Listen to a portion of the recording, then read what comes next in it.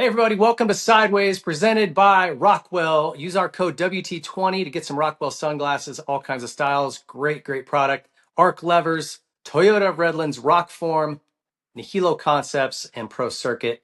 Our guest today doesn't really need much of an introduction. It's the GOAT. RC, welcome, buddy. Well, thanks for having me on, Ping. It's great to chat with you. I'm looking forward to this, and some of your followers may have never heard you and I banter and talk and see our views, and so I'm like, when I had the opportunity to come on and chat with you, I'm like, hell yeah, I think you're a good dude, and I was really looking forward to it, brother. Isn't it It's funny how fast um, we get old, right? Like It is. it won't be long, and you're kind of in rare air. There's a handful of you guys that'll always be known, like you and Jeremy, and but you could have a guy like, and I'll use Damon Bradshaw, Jeff Matasevich, these guys who are legends in our sport, Hmm. Danny Magoo Chandler. The Lawrences were not even born when those guys, long till after they were done racing, and they don't know who they are. Dude, trust me, it's crazy that you say that because I think of that kind of stuff the same way. And like when I'm at the races and if I go into the paddock area and I see these, these gentlemen or ladies that grew up in our era that are our age and they have younger kids. I mean, hell, even it's people younger than you and I by a decade, and they're like, dude, I was massive fans, watch you and Bubba and Chad and was a massive fan, and they got like a toddler with them. And like, you're my son's favorite rider. I'm like, dude, they weren't even alive. They weren't alive 10 years after I was done racing. Yeah. But it is, I tell you, it's put stuff into perspective, and you know this more than anybody. I mean, your kids are a little bit older than mine, and it's just like, you hear things when you were younger from your parents, family, friends, whatever it might have been, of how time goes by so fast. And I'll tell you, I feel like each year that goes by, your kids get older, we get older, and it's going faster. It's scary. It's Yeah. really scary. Are your kids seniors this year? That's right. Yeah, they're Yeah. seniors in high school, and yeah, they're just enjoying it, dude. They're normal kids, regular kids, and they live a great life. I'm actually I'm a little bit envy of them because of the normal life that they live is certainly different than what you and I grew up with, and I think your daughters, you've got to experience what real high schoolers grow up with. It's pretty cool. Yeah, it's different, and even like one of my daughters, my youngest, is looking at colleges, and she's asking me questions. I'm like, I don't know. I didn't go to school. Like, this is all new to me. Let's figure it out together. But Yeah, the um, process, like exactly the process together. Like I went and toured a couple colleges with my son, and it's just been so cool to see all that. And I think I'm just excited when we go on these college tours is he is because I never experienced that. And so yeah, it's been a fun process for sure. yeah, and a little scary too. Some of these colleges are squirrely, so you got to Yeah. really pick the right ones. You got some good ones down by you though, Yeah, we so got that's some good. nice. Yeah, we do. We do. We got some good ones, but man, it's still, even though we think they're good, you just never know. Yeah. Well, we'll support each other through that whole weird process. That's right. I wanted to see it. Is it? Are you happy to have a break from announcing? The Supercross series pretty long, a lot of travel, and I just got to think. Like for me, I didn't want to keep doing all the travel, Yeah. and you guys that just keep going and going. I'm just like, I don't know how they're doing it, man. It's Yeah. crazy. I enjoy it. I will tell you is the having the summer off was nice, Yeah. and not that I'm not asking for any sympathy. I agree to do this stuff, and I honor what I say and what I'll do with NBC and all that stuff. And it's just like, dude, over 30 weekends a year when you consider I do what, 20 races for Supercross and SMX combined without pro motocross, and then I have other stuff that I have to do for my other partners during the summer months. That's also why I take the outdoors off, because I do have deliverables for whether it's Fox, whether it's Monster, Triumph, of course. There's not enough time if I pack my summer with outdoors also. And Yeah, sometimes over 30 weekends a year since 97 is a lot, dude. And then hell, when I was racing amateur, I was gone all the time. So I do feel like I need to work on the balance for sure. And like you talked at the top of the show, I don't want to miss times that I've missed in the past, and it's just because you just never know. And that's yeah, I got to work on the balance a little bit, but I do enjoy it. I do Yeah. enjoy it. Well, So I think that's something that everybody that's a little type A, and I think a lot of us are, yeah, that balance is tough, right? Because it is. it's so important to take that time and just go hang out with your family.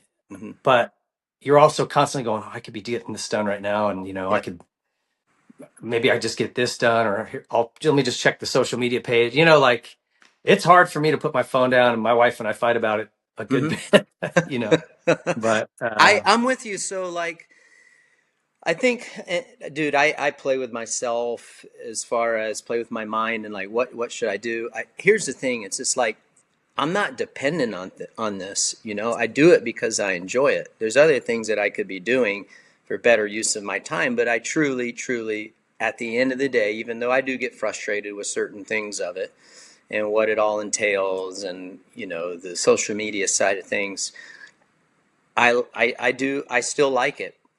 The time that I spend doing it, it still is justifiable to me.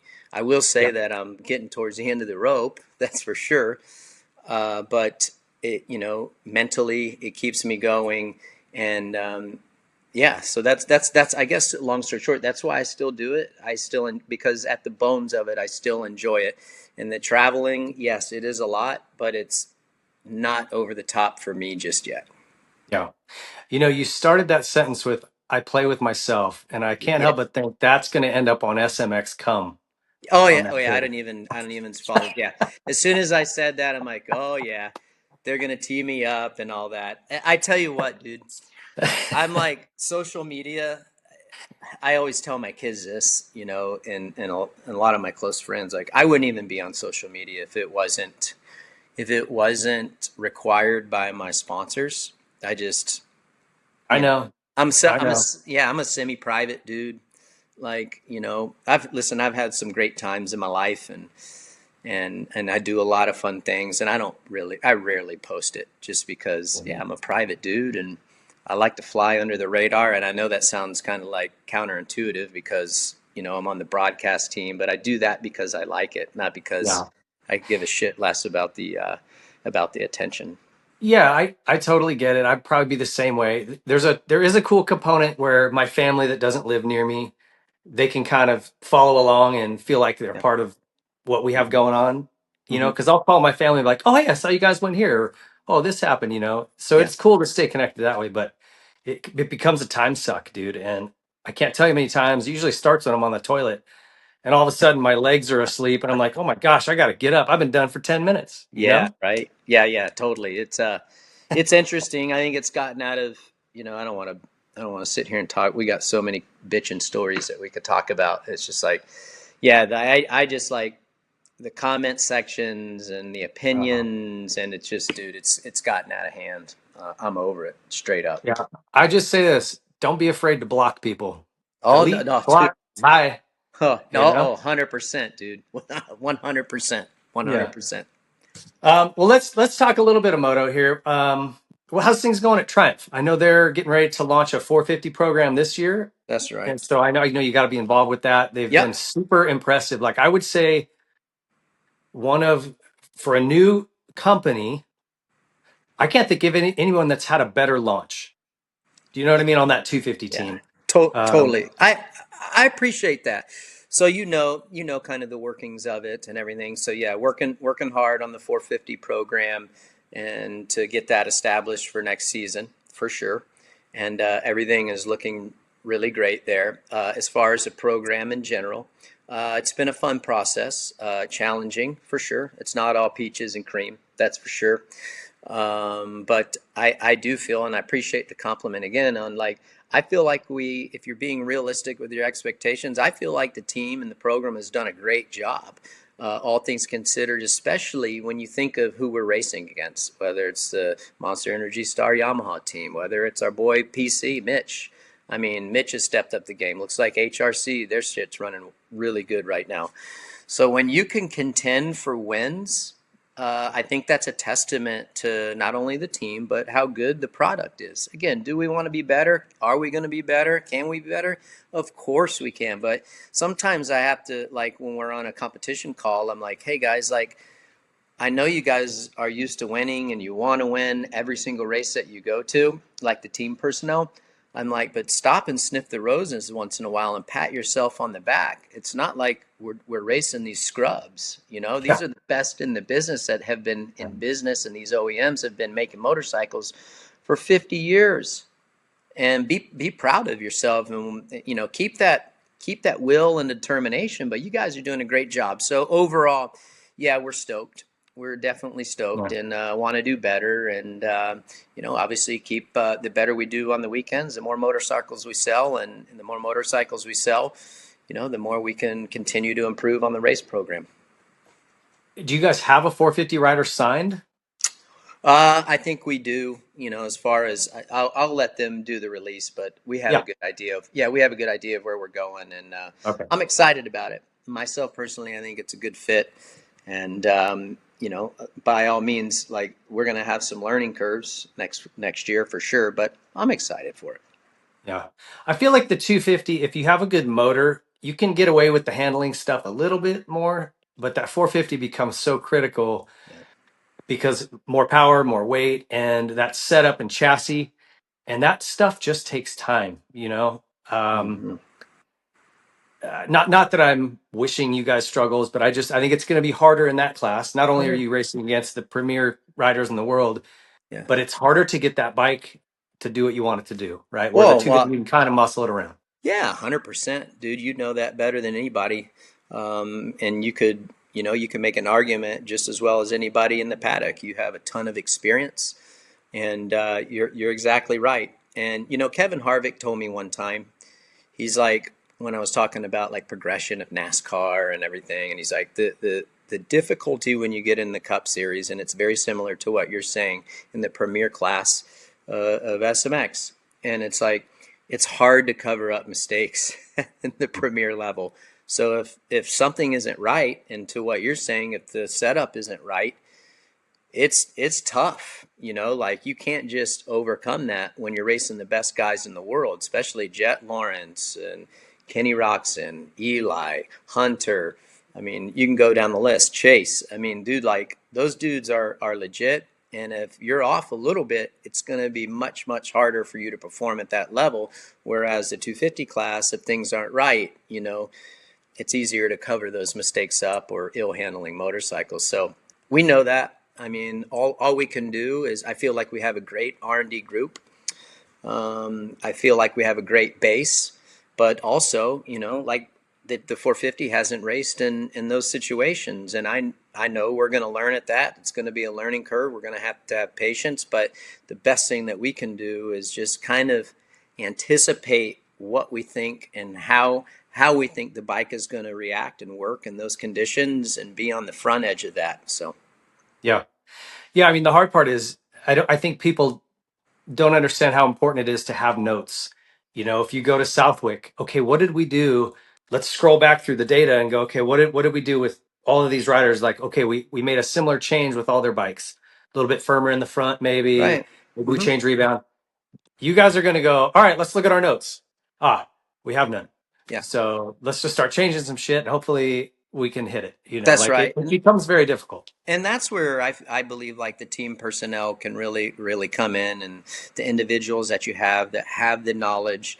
And even though we don't have notes from the 450 racing, what we do have is knowledge, and we know the characteristics of the machine.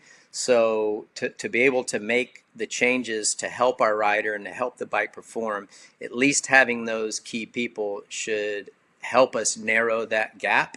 But again, like we talk about it, as far as testing, this is I don't care how much practicing and testing that you do, nothing beats being in a race situation. So all we can do, Can't replicate it. nope, never, never. Do you think there'll be? It's really interesting from a media side. Our shootouts this year, which this will be the first year as a media company we've done shootouts. We kind of waited until we thought the time was right. Yeah. But there's too many bikes now to do a 1 day shootout. It's just not possible. I mean, think about that. How could you ride 9 bikes in a day, back to back to back to back to back to back, and in a tight enough fashion that the track doesn't completely change, and that a rider isn't going to just be smoked by the time he gets to the fifth or sixth bike? Yeah. Not possible. So we're Yep. doing a Japanese shootout, a European shootout, and then the top two from each are going to go to a global showdown. That's what we're calling it. Okay, cool. And so, yeah, it's going to be a little different. I think it'll be fun. Hmm. Do you think, and maybe you guys have had this conversation, or maybe you just know the vibe? Will there be a little bit of like rivalry between Triumph and Ducati, and maybe Beta being all European, all kind of new? You know what I mean? Yeah, I mean, obviously, I think it's not not just to single out them, but I think, being realistic, do we want to be in the running with everybody? If we don't have that mindset, then I think we're not being realistic with ourselves. Do we want to be the best? We want to have the best product in the market, or Yeah. right there at the top. Of course, it's going to be better. Um, you know what I've learned throughout this process, and you were there at the 250 launch at Gatorback, and it's interesting. It's been cool to see how these shootouts work. And you're exactly right. It's like, okay, when when do you get to ride the Triumph? Is it going to be the perfect time? Is the track going to be good? Or if you're at that track, does that style of track cater to where our bike works the best? So there's a lot of things in play. And another thing that I've kind of learned on the OEM side, and I want you to tell me if I'm wrong, but there are certain things on a motorcycle that people like and that don't like. Some people might love the way the Triumph motorcycle handles and loves everything about it, loves the power curve of it, the whole bit. But then some people might like another brand better. So sometimes I feel like, and I'm trying to understand it still, how much are they judging this off of personal preference rather than knowledge? As far as shootout riders, Hmm. it's tough because Right? no matter who you use, and we've tried it all. We've tried pro riders, we've tried, mixing it up, we've tried everything. You can't, you cannot get a completely objective viewpoint, right? Because during like I have a YZ 450 in my garage that I ride. Like if I'm going riding, that's usually what I'd go ride. Right. So I'm going to be comfortable on that bike. Everybody has a bike that they ride regularly. And so when we bring them to the shootout, they're going to get on that bike and go, oh, yeah, this feels good. This feels comfortable. So there's no way to completely remove bias 100%. It's just not. Yeah. All we can do is use lap times, try to use their feedback. Because if somebody, and we've had this happen before, this was not here, this was back at another publication. We used a guy, and I didn't know he was still getting bikes from this manufacturer at the time. So we get done with the show, and he's like, "Yeah, oh, he's talking good about this one brand," and he goes, "But I like this one the best. I think it wins." And I'm like, "Hold on, that doesn't even jive with what you just said. You, Yeah. you just went off on this bike how great it was, and now you're picking this one now." I'm like, "Hmm." Yeah. So I don't you, know. Like, and I'm it's with hard. you. I don't know how you get total bias out of the picture, So I think if taking all that into to perspective and taking all that into account, like you're saying, I feel as though if we can be somewhere close, then I'm happy because I am assuming that, well, this guy probably prefers this style of motorcycle a little bit more than maybe our brand. Yeah, And so that's like, as long as we're somewhere in the leather, I'd like to say, I'm pretty stoked on it. Of course, we want to yeah, be the best, but like personal preference, I still feel like on those shootouts go a long ways, and yeah. it's It's hard true. not to be biased. Like if I get on another brand ping, I'm like, dude, this bike's pretty good. Well, yeah, it's good because it handles the way that I like it, but the way that I like how bikes handle could be completely different than Yeah, what you like or another one of these test pilots. So, you know, I yeah, don't, and you got different weights, different heights, different riding styles. Like some people ride real far off the back, real far forward. I mean, it's yeah. Yeah, I mean, some people like to steer with the front. Some people like yeah, to steer with the back. Some people like a low high ride height. Some people like high. I mean, Yeah. I think the biggest thing for the Triumph, and we've talked about this before, is like it has good adjustability.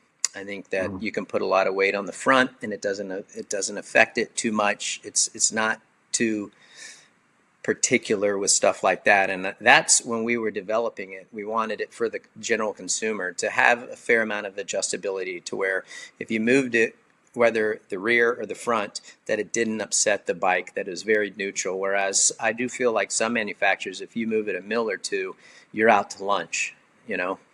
And I think that for the general consumer, that could be challenging, you know? It can, to try to set a bike up for the widest range of people means it does everything pretty good, Yep. but nothing great. Hmm. And anytime you try to make it be better in this point, everything else is dropping, That's right? So right. there's always give and take, and It's a compromise. You know it's a that. compromise. Yeah, Yeah, then and that's the thing. You're exactly right. So I mean you could develop a motorcycle that's going to be kick ass for a professional. You could also build a bike that's going to be great for the consumer. You know what the consumer wants, you know the trend and what the pro guys are running these days, and that's the balance. So when I feel like when you're testing these motorcycles, you have to have the consumer in mind. You also have to have the race team in mind as well, and find that balance. I feel like yeah, yeah. It's tough. it's It's very tough. tough. I mean, I'm excited to watch how the guys do this year. So hopefully that announcement comes out soon. Yeah. Tell me about the SMX playoff finals going on this weekend in Vegas. What are your Mhm. thoughts? Let's just get that real quick. Degan's Yeah. in a really interesting spot now. Yeah. Yeah. And even Jet, it's him and his brother, winner take all, like Yeah. last year. Yeah, exactly like last year. And I just want to say one thing about the 450 class. I mean, listen, dude, Jet is a phenom. I feel like I feel like he has the tangibles to break all the records. And I felt the same way about Stu. Also, I was having this conversation with someone, a couple of weeks ago, Ping, and like when I was racing Stu, I'm like, this guy is gonna he's gonna beat all the records. He's gonna blow my MX stuff away. So he's got a chance to challenge MCs, and like it just never panned out. And then now I find myself in that same trap with Jet, saying like, dude, he has the tangibles to win all these races. Now I will say like the field is so stacked, so it'd be tough for him to even contest with MCs. I mean, that's a lot of freaking races. And then he figured like he lost half of or 3/4 of a season already this year. And I feel like when when you start losing those seasons, you never get them back. And those type of seasons where you miss rear their head, and 5 years down the road you're like, damn, if I wouldn't have got hurt that year I could have bagged another 8 wins. And that's when you start climbing the ladder. But I feel like because Jet casts such a big shadow that like Hunter doesn't get the credit that he deserves. Now since he's come back to the Pro Motocross Championship, that guy has been steady Eddie. I love his mental state, how he's very pragmatic. The highs aren't too high, the lows aren't too lows. And I said this on the broadcast, and I truly believe that. He goes out there, he does the best that he can do. If third is the best that he can do, he's like, listen, dude, I rode the best that I can. Third is all I got. Everyone always wants to win, but he's really good at compartmentalizing if he doesn't win. And I Yeah. think that mindset in the premier class really helps riders. I truly believe that. And I wanted to win every race that I lined up for, but at the end of the day, it's like my mom always used to tell me, all you can do is do your best. And some days you're just going to get second or third, and you have to accept that and don't get worse than that. And once I was able to learn that, it helped me so much for the long game and championships. And I feel like that's where Hunter's at. So I like Hunter's mental side of stuff, and that's where, because there's going to be a lot of hype this weekend, and I feel like maybe that's the thing that he needs to get him the SMX World Championship. It's going to be tough because Jet is so good, and I think that deep down, I think that Hunter probably realizes that his brother knows that his brother's better lap for lap. But Yeah. as you know, like there's a lot that goes into racing. All it takes is one bad start, and you get We Eli. just saw. Yep, Yeah. you get Eli riding good. He's been riding well, and probably wants to go out on a high note for that the Yamaha team that has supported him and he's had a lot of success on. Why wouldn't he? Chase, same thing. I would want to go out on a high note with the team, even if there's some bitterness there or whatever might be going on. I would still want to do well for the team. There's a lot of money. I mean, if for nothing Yeah, else, do it for your wallet. well, yeah, but here's the thing, Ping, and this is what I feel like. For those guys, I feel like the SMX World Championship, winning that is more important than getting the money. I think because those guys are getting paid well. Yeah, that's true. I think it'd be like I try to put myself in their shoes, and if I was lining up with my day, MC Stu, Reedy, Wyndham, whoever it might have been, dude, I was focused on like I wanted to. It was pride. I wanted to beat them, like just to say that I did it, rather than I want to win for the money. And I do truly believe that to the core, that is their first intention of winning the race this weekend. So I think that Hunter has a great shot because of how consistent he is and where he is mentally. Technique wise, dude, it's hard to bet against Jet. He's super talented. So I'm looking forward to that. I like how they control their own destiny, how they have to win. Like you said, winner take all. So I like that. Now switching over to the 250, and RV and I talked about this on Title 24 yesterday, is there's a strategy involved with Degan now because he needs some help. And I'm giving my strategy up. If I'm Degan, I am going to try to win the first race. I'm not going to try to do anything crazy, because if I win the first race, then I can kind of control what happens the second race. And what I mean by control is like if I need to rub him, and get him off the track to where he gets worse than second, then that's when you do it. And then you leave not another moto to retaliate. Right. So that's what because if he goes out and he wins Moto 1 and then he just goes out, gets the whole shot and wins Moto 2, and you just have to assume that Joe is going to get second in this situation because he's riding well. Dude, it looks like speed-wise that he has some insurance, like he is the second fastest guy currently. And so he's got that. You can't assume that other guys are going to beat him. This is me. If I'm Degan, this is what I'm thinking. So that's why I'm like, you got to win the first moto, and then the second moto, you might have to nudge him off the track, dude. I mean, what else are you going to do, Ping? You going to sit there and watch him just get second and not try anything, No, lose and the I championship? hate this, dude. I hate this. If you remember back, and I'll mess the year up, but when Eli did it to Dungy in Vegas, do you remember that? I remember Pushed him that. off the track, and then That was Josh Grant 17. was coming up.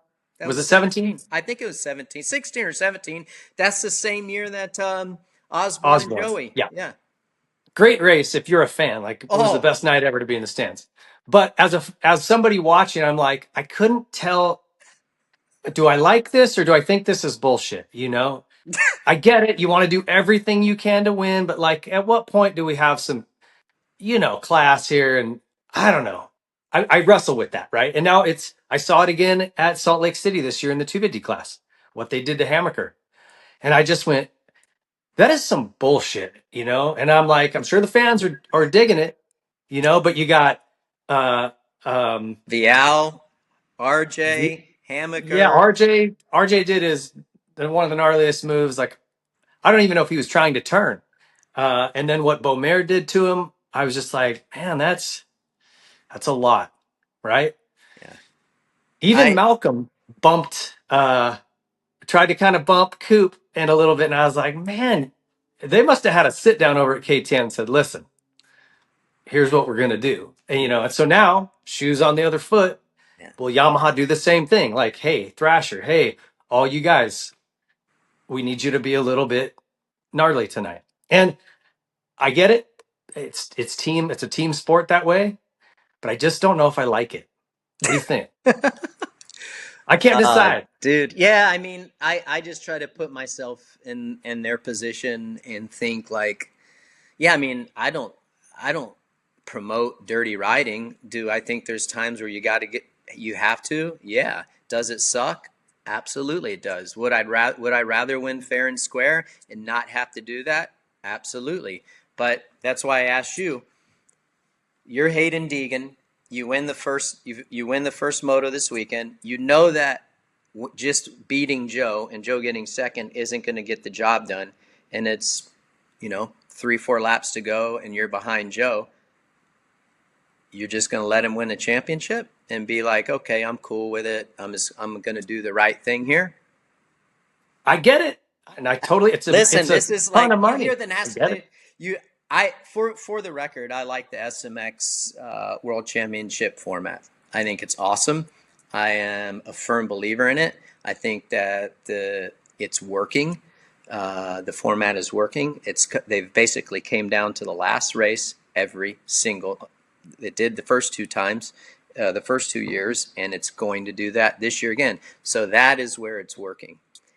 Agreed. However, like what you're saying, what you're like on the fence with, if I'm listening to you correctly and hearing you correctly, is like you don't know if you like that situation, and you're like Well, basically you got to dump the guy if you want to win the championship. You hear it in NASCAR all the time, like because when they get to making the playoffs, dudes start getting turned, and this guy dumped this guy, and then they got then they got the rounds of 16, the rounds of 12, then the round of 8, and it's just like the racers know what's going to happen if they're on that bubble line, and I feel like if you're Joe, you have to anticipate something happening because that's the outside shot. yeah, And I totally get it. I totally get it, and like I said, part of me, if I'm in those what are you shoes, gonna? That's why I'm I'm at. What the hell are you gonna do? You gonna watch? if I'm Deegan, I'm telling all my guys, hey, I'll throw you some money. You blow him out of his boots, here's a 5 spot, five G's. I mean, when it's that much money and that on the line, it's like I get it. But then I try to it kind of feels like the Karate Kid to me, dude. Sweep the knee, Johnny. You know what I mean? You don't see that in other sports. Hey, go like buckle his ACL so we can win this game, I think there's I a. don't know. I think there is a way that you don't have to blow the dude off of the track. You just don't have to. Like there are ways to make up those points. Like RV said it. Like, dude, start next to him, cut him off to where he gets a 10th place start, and hope and go out and win and hope for the best. That's one way of doing it, for sure. Then you just cut him off. He has to chop the throttle. He doesn't take him out, and then Deegs wins. Joe can't get into the position that he needs, and Deegs gets the points that he needs. So that, Yeah. do you think that's bad? I'd be more okay with that. I just don't see Deegan doing that. Like I see him being in front, watching what's going on, and if Joe's in second, he's going to slow down. He's going to let him go by, and then he's going to try to take him out. And I'm sure the fans will love it, right? If you have no skin in the game, it's like, yeah, you Yeah. know, I mean, listen, this is a byproduct of the series of the championship, yeah. and yeah, I like it's exciting. It's a lot like I hope this, nobody. RC. Yeah, I don't want anyone to get hurt or anything like that, and I don't like a full. No, I don't think anybody does, but No, no, no. it's a lot like this. I'm just torn by it, right? Like I feel like I want our sport to have some integrity, but then I also get it from the rider's perspective, and it's like down to the last round, winner take all. I mean, everything goes, right? Yeah, I mean And I it's kind of I'm torn like this. It's like Deegan, Hayden. Love watching him ride. He's got so much grit and heart, and he's exciting to watch because he's just floating valves everywhere. But sometimes the things he'll say or post on social media, I'm like, oh, come on, guy, just yeah. it's a little Well, much for me, right? well, But yeah, yeah, for you. I'm looking big picture, and fans they either love him or hate him. But it's kind of like Bob Hanna was. Yeah, Bob Hanna was a bit of an asshole, yeah, but people loved him. yeah, yeah. You're right. There was no in between with Hannah. I Zero. don't think there's a lot of in between with Deegan. I think you either are like, this guy's like my guy, or you're like, nah, I don't like that. You know Yeah, what I mean? I know exactly what you mean. I've lived it and still live it today half the time. But I do listen. I think overall, um, it puts the guys in that situation. But as far as again, I go back to the point structure and how it works and getting the championship to go down to the last moto. is, it's It's thrilling. awesome. And yeah, and I think that would be the end goal, I believe. The end goal is never to put people in a position to where they have to do something gnarly, but just a perfect scenario is what that we see in the 450, winner take Yeah. all, right? No, Battle that. Yeah. Battle to the last the lap. best man win with no funny business. Yep, battle to the last lap, and it worked Yeah, no, perfect. I love. I was skeptical of this playoff thing from early on, but I'm like, I'm all in now. I think it's Yeah, but great. think I think about, the tracks, some of the yeah, tracks, I'm like, eh. yeah, I it feel like anything, like the it'll. first one they did in Charlotte, you're forcing guys to pick a supercross or outdoor setting.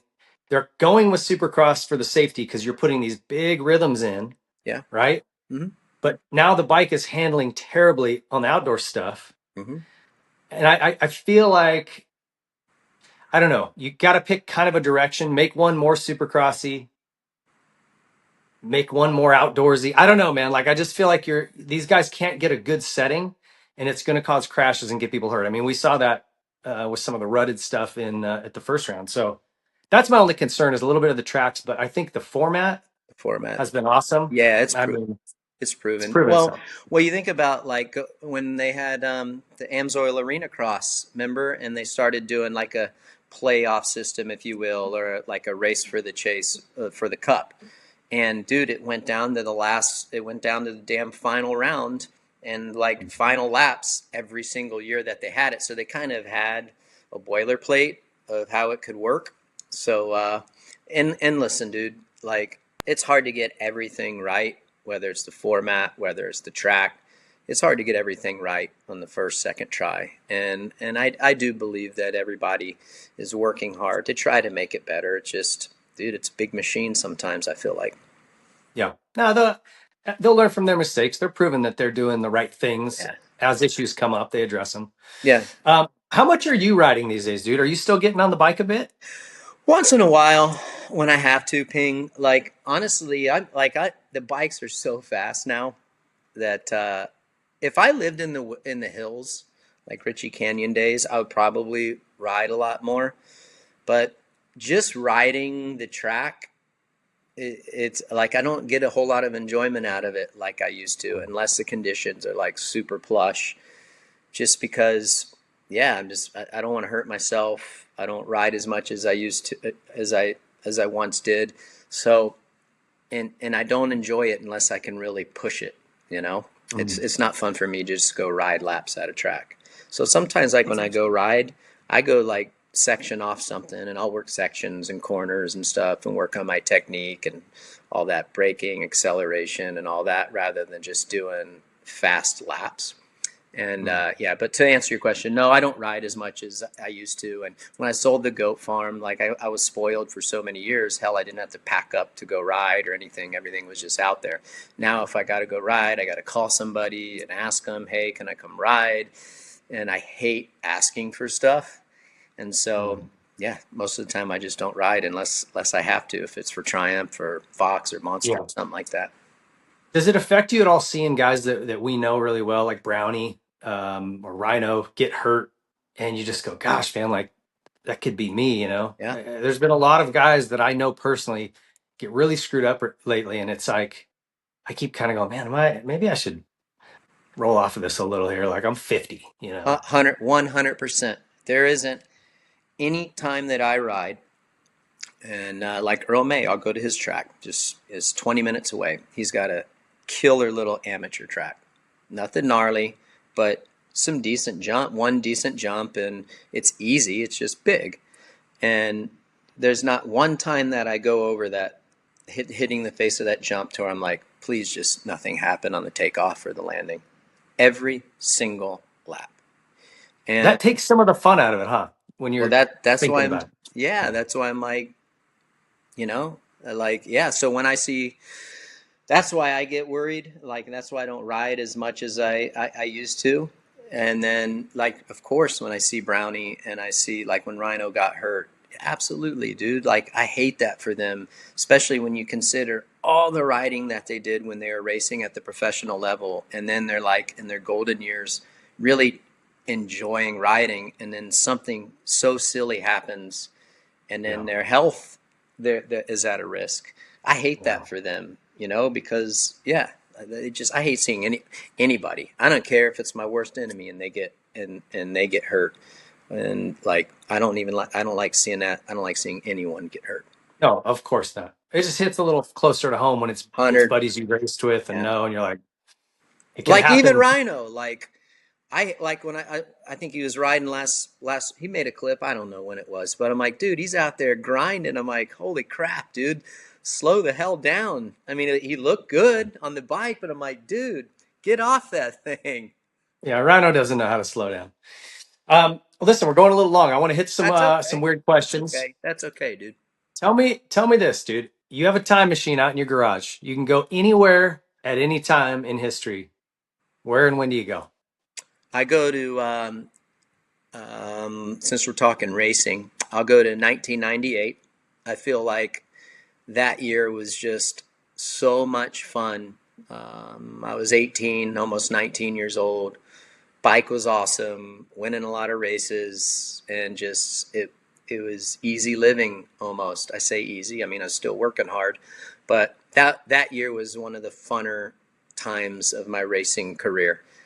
Hmm. Just everything about it. I was just young, didn't know much, and having a good time, whether it was with you guys and other teammates, and looking up to like MC and Emig and Swinkster at the time, and just everybody. I mean, I loved all of you guys, like your riding style, everybody.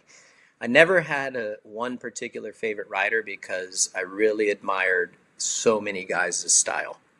And while I was racing in the 125 East that year and then the 125 outdoors, it was cool to watch the guys that I looked up to and all those guys that I admire and their small little nuances of style, and wanting to still kind of be like them and mock them. It was cool. So I would probably go back there. I Hmm. wouldn't go back to 99, I'll tell you that. That's the year you steer clear of. Nothing in That's right. 99. Is that the year you were on FMF Honda? No, that was 98. 99, I was at Suzuki.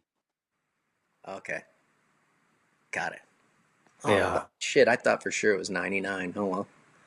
Yeah, 99, Time I Machine. won Minneapolis. That was when Nate Dogg won the title, but I won that last round. Time Machine would be that for sure. But outside of the Time Machine, dude, like, so outside of like racing and the motorcycle world and stuff, and my like life that I have with my wife and the people that I've met along the way, with people that she works with and new friends, if you will, outside of moto, a separate group, I'm really enjoying my life now.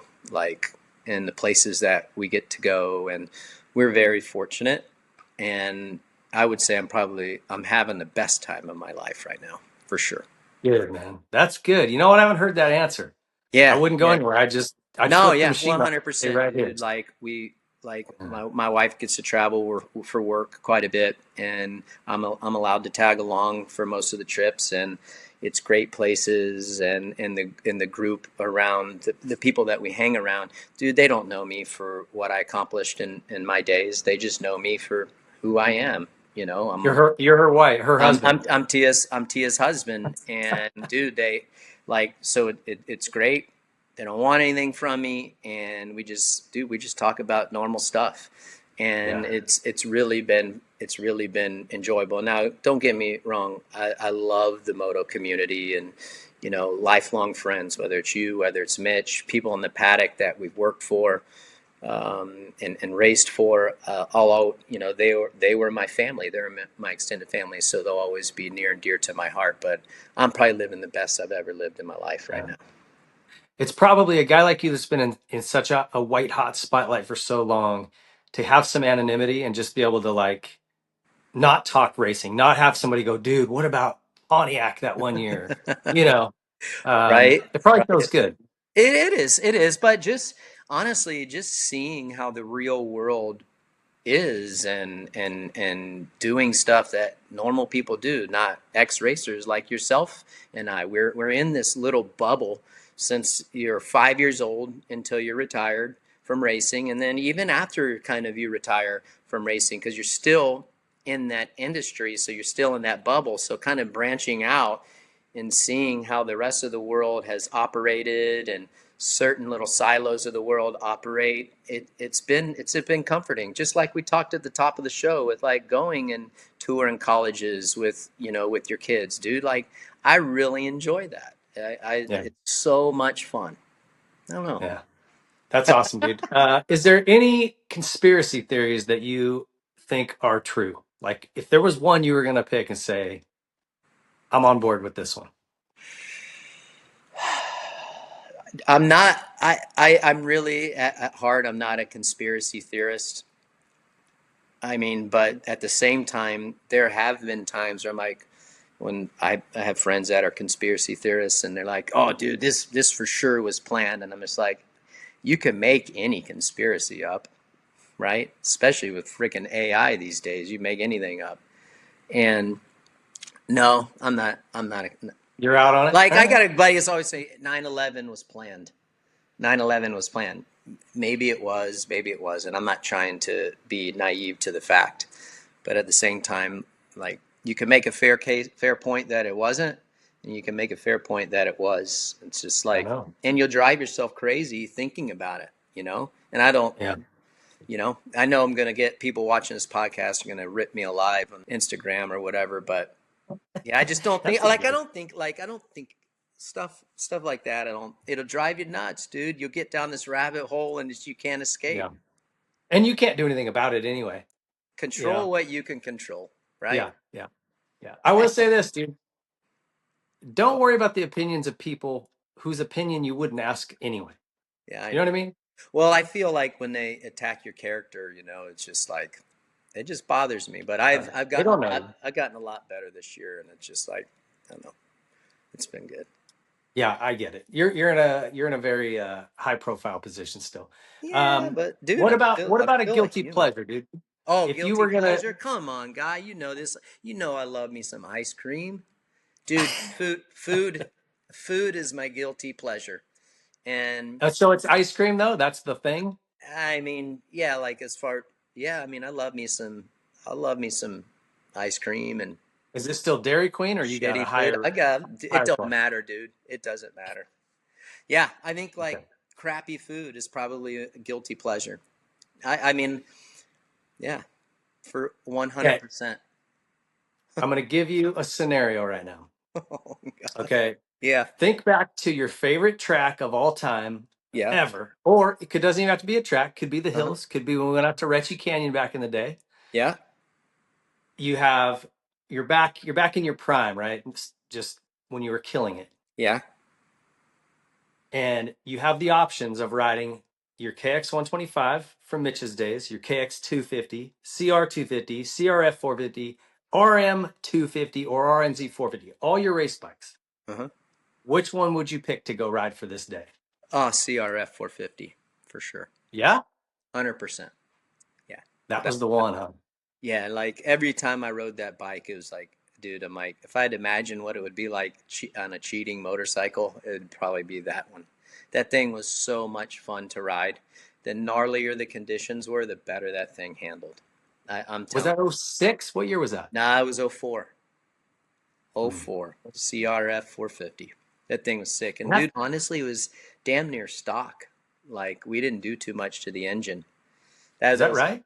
Yeah, it was an incredible motorcycle. Yeah, it was an incredible bike. Now, listen, And I it mean, it kept getting better till '08 was the last year of that model. Think of how much better they probably had it by '08. that's hard to believe. That thing was sporty. That thing was really, really good. I had a lot of fun riding that motorcycle. So that thing at Ritchie Canyon, barking up those hills, big old hip jumps, that would have been a lot of fun. Hill climbs on a full works Dude, Honda. I mean, I wish the people that listen to this podcast like could have realized how much I still talk about that to this day. That's the funnest time I've ever had riding a dirt bike. Is when I would go with you and you'd take me to Ritchie Canyon and we would go in the hills and all the badasses were there. And we're just doing a silly, simple hill climb, fresh freaking chocolate cake, just wearing the clutch out up a green pasteurized hill, dude. It was, to this day I can remember it, the memories are so vivid to me. It was the funnest I've ever had on a motorcycle. I love that. And all that, and you were giving me so much shit back then. You know, it's like I couldn't, like, if I had something I wore or whatever, it's like you guys are hazing me. Like I was you and Emig, like back in the day. One little, if I said one thing wrong, you guys would just jump on me, and I love it, dude. I wish I could relive that time. Talking about time machine, I would like to go back to that too, because that was the Yeah, funnest that time, was a fun one. dude. All those times were so much fun. Like they're just all so innocent and cheap fun, and dude, it was just epic.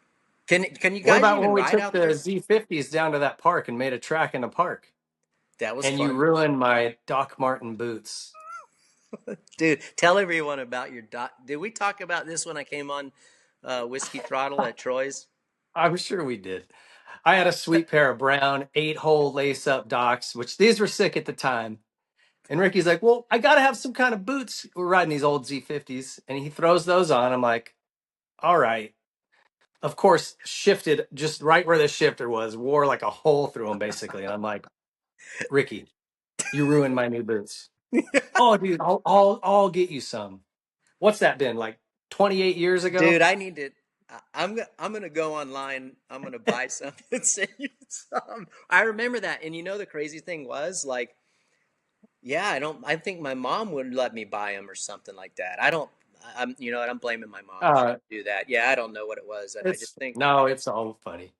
it It's was just a funny. That's a great memory. Even that we're in the wood chips around all of the play equipment, and then through the grass, and we had like dude. ruts in the grass, and we kind of screwed the park up. But Yeah. Remember Rhino had that bitchin' track behind his house too for yeah, the oh yeah, D50s? yeah. Dude, We that was fun, dude. those were fun days. It was. Okay, I got a couple more. Yeah. What do you got? Um, okay, well I can't ask you that one because you're married, so I'm gonna pass that. Here's my last question. I'll hit you with. Yep. Anybody in the world, living or dead, who would you want to go and have a beer and dinner with? Ooh, dude. That is a hell of a question. You know what, dude? Honestly, I don't think that this is going to sound super lame, but I don't know that there's one person that I would, because you know I talked about I feel like I'm living the best I ever have in my life right now.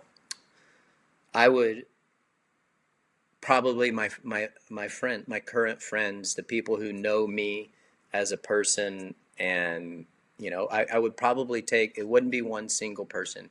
It'd be some folks on the moto side and some folks away from moto that have nothing to do with moto. I would love to get like a group of 10 of us and just, you know, go down to the islands for the weekend and have a hell of a trip. That's what I would love to do. No famous person, nothing like that. All right, Is I that like fair? that. Where's your favorite place to go? Dude, I we know you spent like a get into the Caribbean a good bit, and I wonder where yeah. your favorite spot is. Yeah, dude, I like the Bahamas, man. Like, it's easy to get to, it's accessible. I like that anytime I go down there, I just like, I like it. I like the lifestyle, relaxed, just easy go lucky. And spent a lot of time down there this past summer, and it was awesome. The last couple years we have. And my kids like it down there, and then like we go with a couple groups, family groups, so it's a lot of fun. And yeah, that's kind of my spot. Have you been over to the British Virgin Islands? We have, yep, I've been there. Where did we go to? Virgin Gorda. We were over Okay. there last November, and we're actually going there because my kids' senior, when is it? Spring break. We're going down to the BVI's. Okay. That's gonna be a lot of fun. Go go to Yost Van Dyke. There's a place called White Bay. Yeah, If I could been ever just been have you there. been there? It's Soggy Dollar and all those bars, like been there, brother. Did you? I I'd live saw there. that. I saw when you were posting there. Did you love it? Oh my God. That was the best. That was the best day of my life, I think. Was it really? I was with, my family and my sister and her family, like my favorite people. There just isn't a cooler vibe anywhere on the planet than Isn't that the island right life? there. Isn't the now you see why Kenny Chesney lives down there? It's like, Oh, isn't the lifestyle down there just so chill, judgment free zone? Like it is awesome. it was amazing. Like if if I ever need to find a happy place, I just sit back and, my Yep. sister's got a lot of money. So she still has a yacht out there and I ride her coattails like Seabiscuit. Trust me. Well, I'm dude, going that's on what's vacations wrong with with her it. all the What's time. wrong, dude? What's wrong with that? I mean, Nothing. that's like, dude, you Nothing. know, the best boat is your buddy's boat. Duh. That's Right? Oh, 100%. shit. You got your place down in the BVI's? Is it being rented out? I'm headed down there. Hell yeah. But I like the BVI's. Only thing that the different thing for BVI's for me is like Bahamas just so easy to get to for Yeah. us. A little bit Yeah. easier and accessible. But yeah, it's awesome. I'm looking forward to it. I love it down there. If I was to hang out and have a beer, it would be with 10 of my good friends, 5 from the moto side and 5 from my second life, if you will. Yeah. Good enough, man. Well, I'm happy to hear that you're living your best life right now. Yeah, thank I you. tell you, I don't hear a lot of people say that. You know what I Really? mean? Yeah, I don't know. Yeah, like I don't think I do. So that's really I'm happy for you, man. That's I great. I appreciate that. I appreciate that. It's good. It's good. I'm no complaints for the most part, and just go on and do my deal and keep on keeping on, brother. Are I you love it. going to Well, next time Vegas? What? I'm not going to Vegas. We're doing a watch party here at a local restaurant. Oh, that's right. Yeah, yeah. Yeah. How's it been going, dude? I know we're going long here, but how's it going? Yeah. No, it's going great. I think this Saturday will be a really good crowd. Hmm. The other ones were in the afternoon, so a little harder for people to get away. But Rodrigo's is a really cool restaurant here locally, and the owners are great. We love them. So we're That's gonna cool. go in. If anyone's free this Saturday, come down. We're just watching the races as a big group. We had Rhino there and Bo Manley and Oh, a whole bunch of really? people showed up. Yeah, Dude, pretty that's fun crowd. sick. That would be so And much fun. I think I handed out about $1,500 worth of merch and giveaway stuff. So everybody left with something. So it's Dude, cool. I love it, But bro. listen, next time I get down to Florida, I'll probably be down to the goat farm or somewhere down there. So many companies are out east now. Yeah. Let's get together. Let's go have dinner, man. I've never Let met your wife. I'd Yeah. love to. Love to, dude. We'd love to have you. You can stay here with us, and I'm pumped for you. Great job with Whiskey Throttle and what you're doing here, and you know your press stuff, dude. You're a great person for the sport. You're a great teammate, and just a great person overall. So I'm pumped that you Um, had me on, brother.